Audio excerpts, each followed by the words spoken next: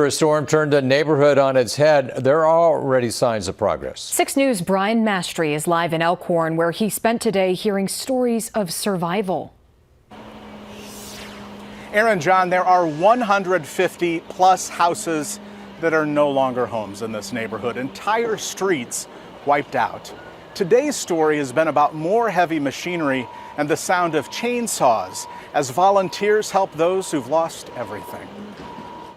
From moments after the tornado roared through this Elkhorn neighborhood to today, it's night and day.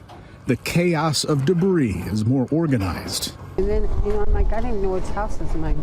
It seems like an odd thing to say when you've lived in the same place for 34 years, but take one look around and you'll understand why that makes sense to Marcia Nelson or anyone else. The landmarks are all gone. And it was like the wind just pushed me into my dryer, which was right by the hot water heater, which fell over. Marcia was trapped. The house shifted off the foundation. I was telling my daughter, I said, I can see outside.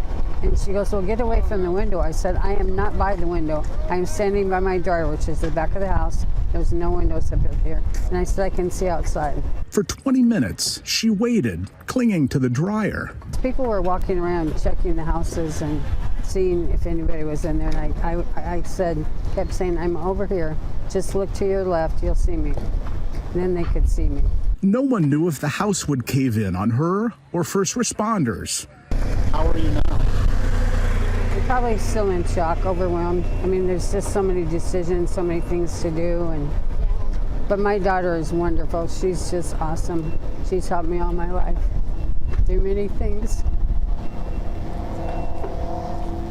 And she's still amazing. With so many strangers volunteering with the cleanup, it's hard to thank them individually. The spray-painted message should help.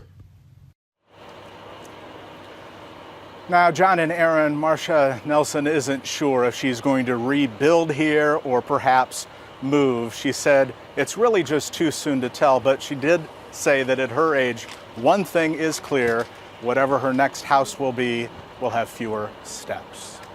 On your side in Elkhorn, Brian Mastry, 6 News.